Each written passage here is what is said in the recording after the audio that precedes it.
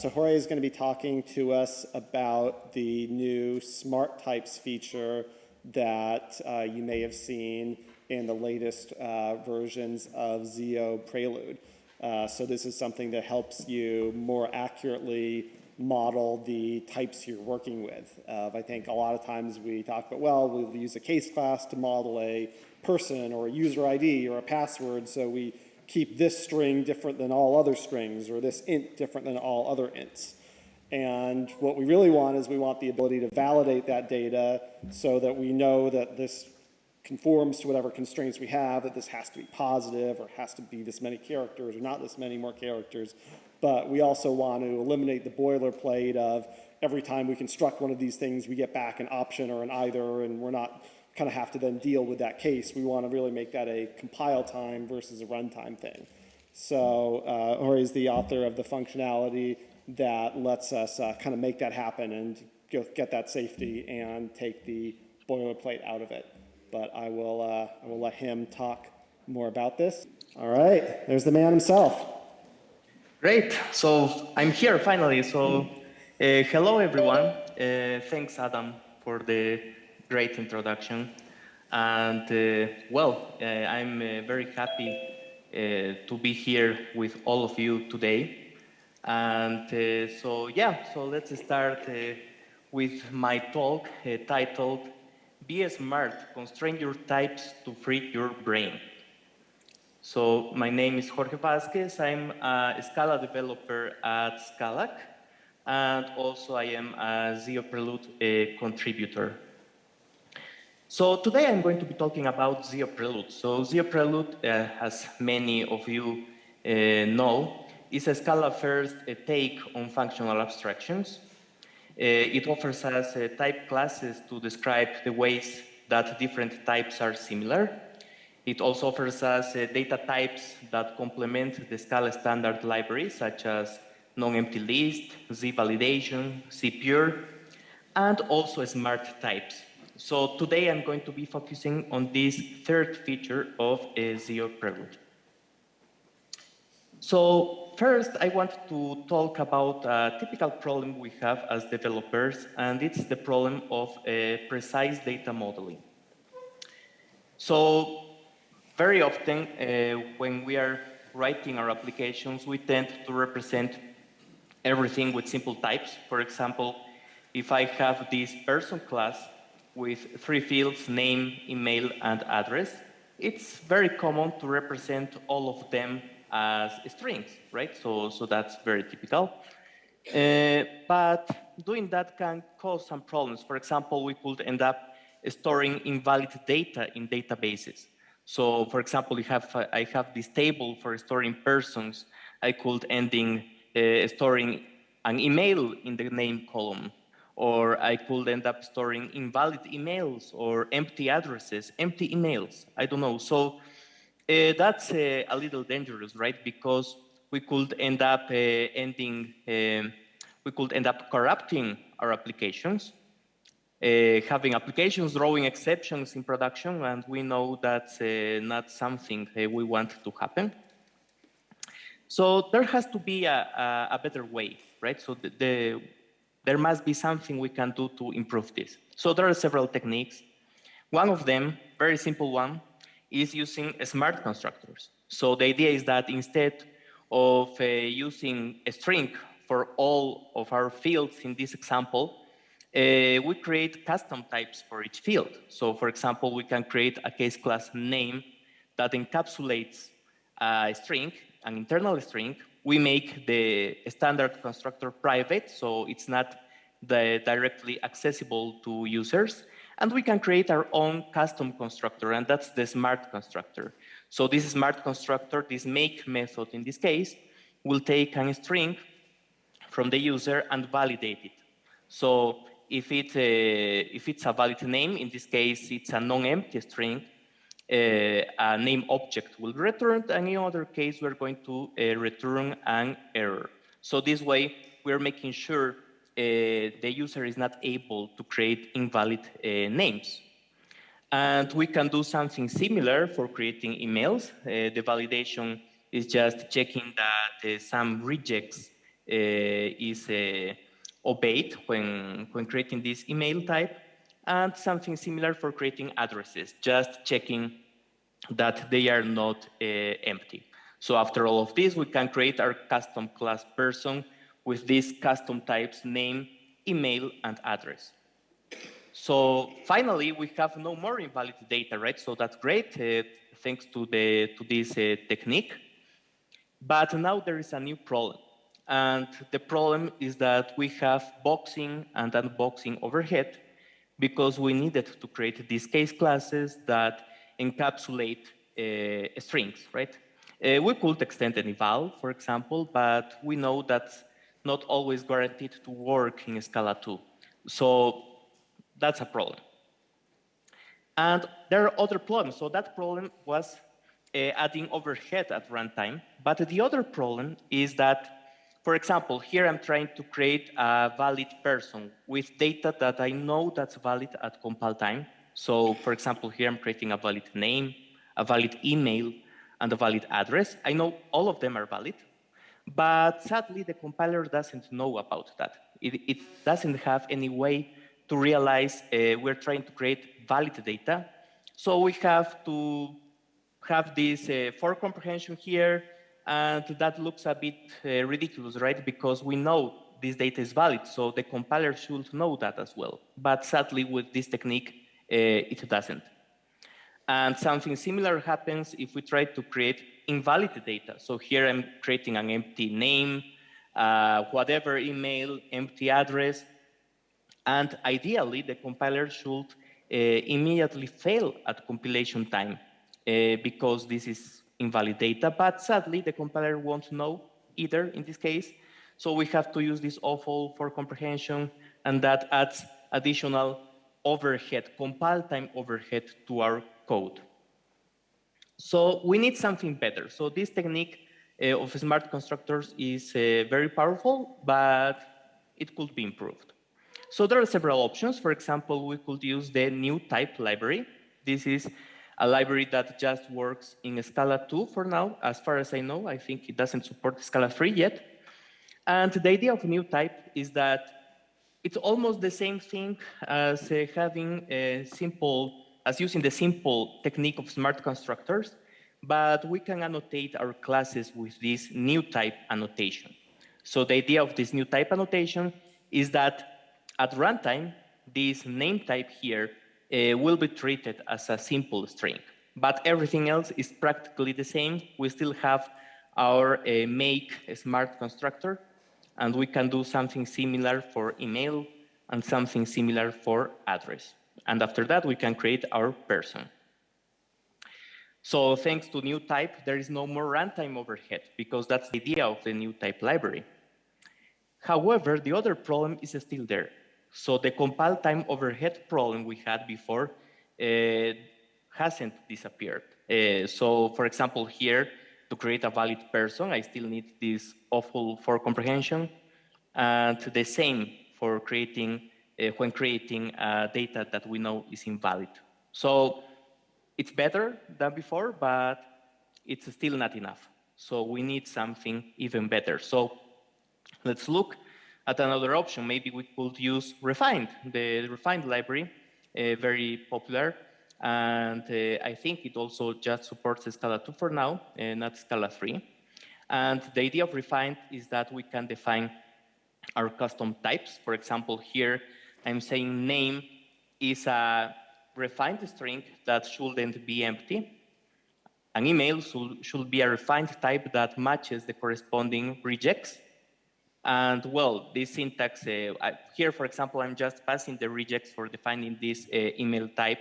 But before Scala 2.13, the syntax was a little bit uglier. I had to use that W at the beginning, the T at the end. So that was a little ugly to write. And the same for address. I can define it as a non-empty string. And after that, I can create my person class.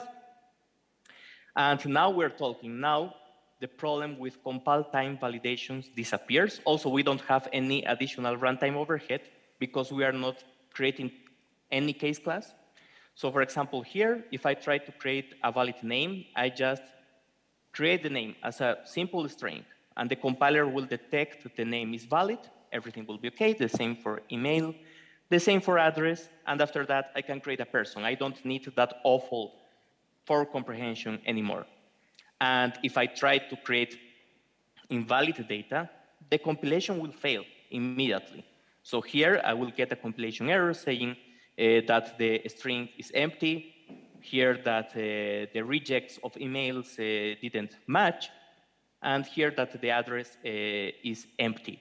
So, but here I don't need to use any for comprehensions at all, and the compiler will immediately fail at compilation time. So that's great.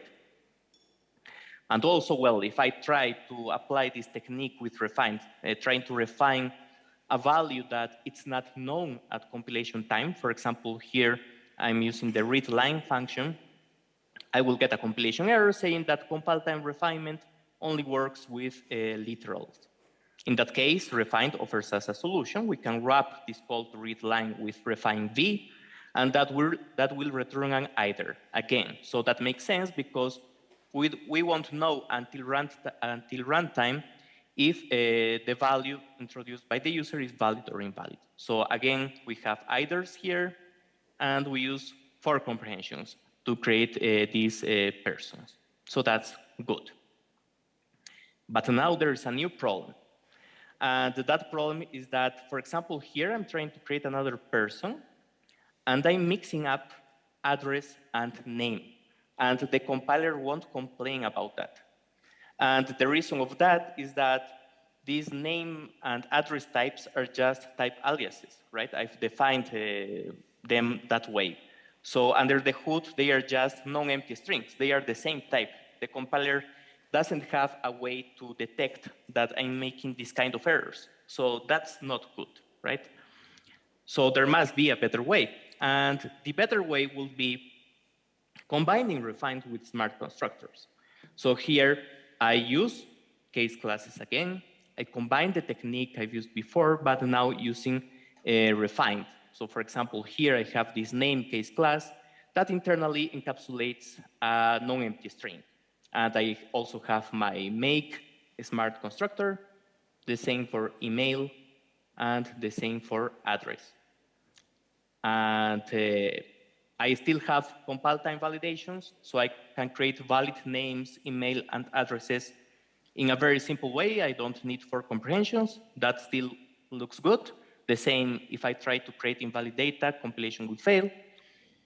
And I can still do runtime validations using my smart constructors. So that's still working.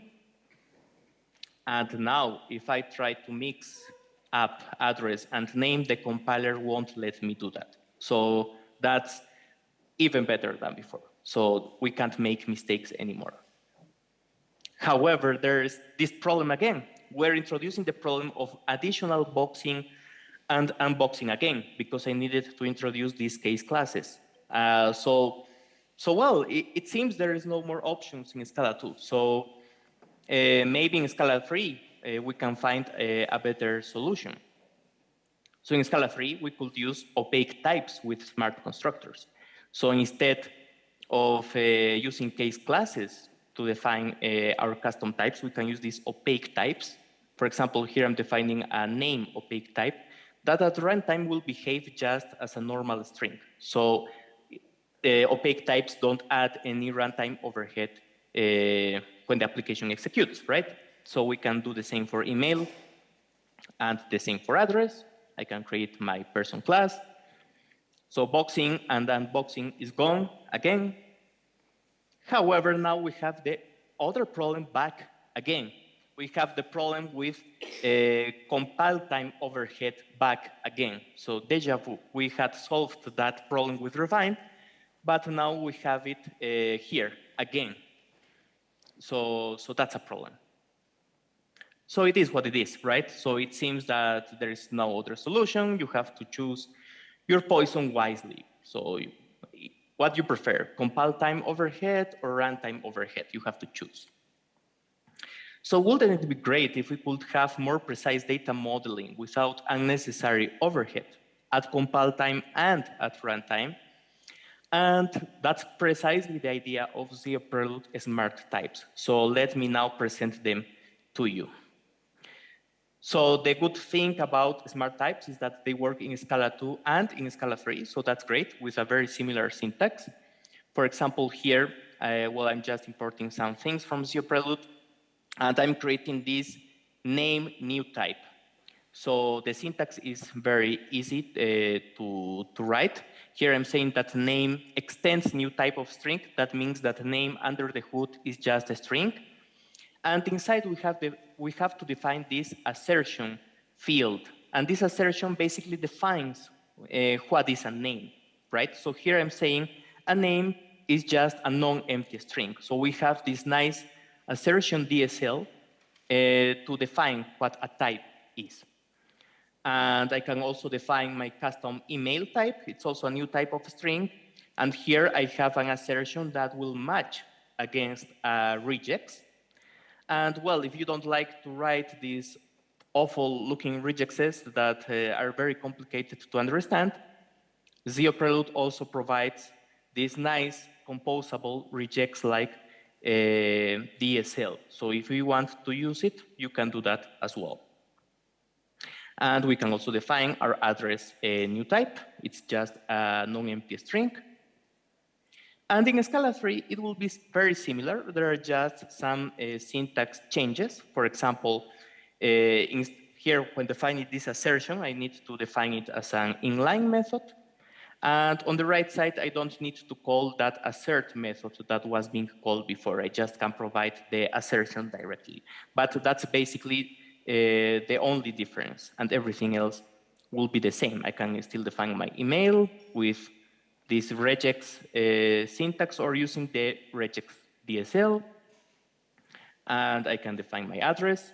It's the same thing. And now that we have defined our custom types with very similar syntax between Scala 2 and Scala 3, runtime overhead will be gone. So the idea of these smart types, how they are implemented under the hood, is that at runtime, they won't add any overhead. So at runtime, these new types will just behave as simple strings. So no more runtime overhead. And we'll also have compile time validations. So compile time overhead is also gone. So I can define directly here a valid name, a valid email, a valid address. The compiler will check they are valid, and I can construct directly a person. The same, if I try to create invalid data, I will get nice compilation errors. By the way, Kit has been working on this and making these compilation errors very nice looking. So thanks for that, Kit. And here, for example, there will say, well, this didn't satisfy that the length should be equal to, not equal to 0. Here it's not matching the corresponding regex. Here address is empty. So this will fail at compile time. I don't need to use any for comprehensions. We can define this data directly. And similarly as what happened with refine, for example, if I try to create if I try to do a compile time validation of data that will be known just at runtime, I will get a compilation error saying I could not validate the assertion at compile time.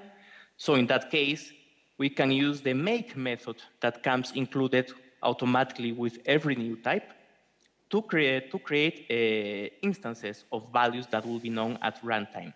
And this make method, instead of returning either, it will return a validation type. This validation type that comes included in ZIO Prelude. And the idea of returning validation is that, well, it's better than either in the sense that it doesn't allow just to do short-circuiting composition. So that means, for example, here I'm trying to create a person. If the name is invalid, all the for comprehension will fail immediately, and we're going to get just one error. The name is invalid, right? But with validation, we can also do non-short-circuiting validation, in parallel validation. So using validation.validate with, we can validate all the free fields, and all of them will be validated in parallel, and errors will be accumulated into a chunk. And now that we have defined our new types, we can define methods that use them. For example, here I have a getUser method that receives an email and returns the user part. And in that case, I'm just unwrapping this email. So this unwrap method comes with these smart types. So this will turn the email into a simple string. And after that, I can do any processes on the corresponding string. So now I can create an email and pass it to the getUser function. And let's say we have another method to capitalize strings. Very simple. It accepts strings. So because all emails are strings, this capitalize method should work, right? Because emails are strings. However, if we try to do that, we're going to get a compilation error. The compiler will say, a string was required, but email was found. So what can we do now? So the good news is that for this to work, we have to do a very simple change in one line. For example, here I have this email type, and the only change I need to do is highlight it. Instead of defining it as a new type, I can define it as a subtype. And that's the only change I need to do. So now email is a subtype of string. The same thing in Scala 3. And now I have the capitalize method. I create an email, and I can pass it to capitalize. And now the compilation won't fail because email is a subtype of string. So that problem was solved as well. So in summary, today we have seen that we need more precise data modeling for our applications.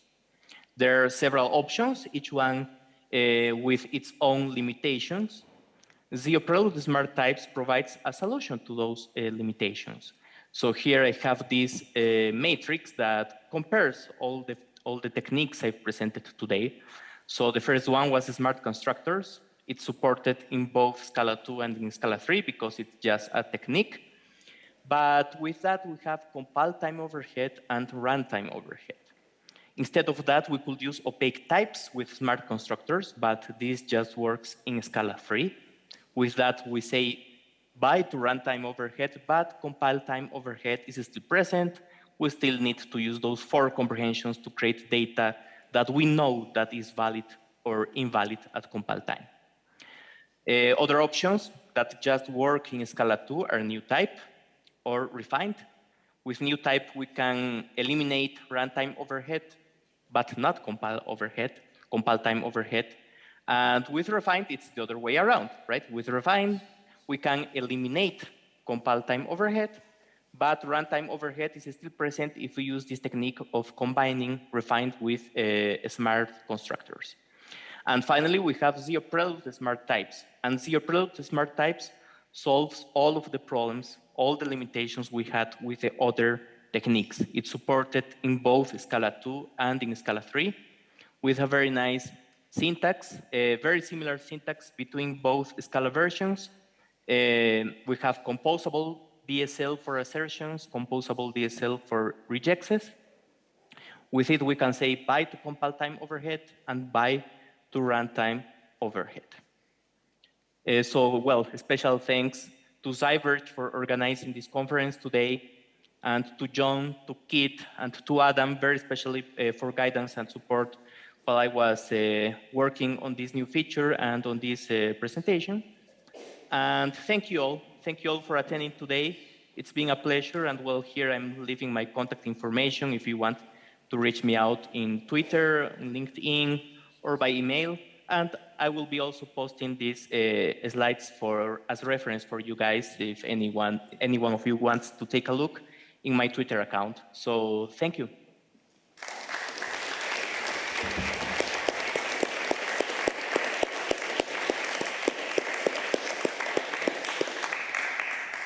Thank you so much for that great talk. There were a bunch of comments as you were going about how much people love this feature, as well as I think you get the award for having the highest meme density in your presentation.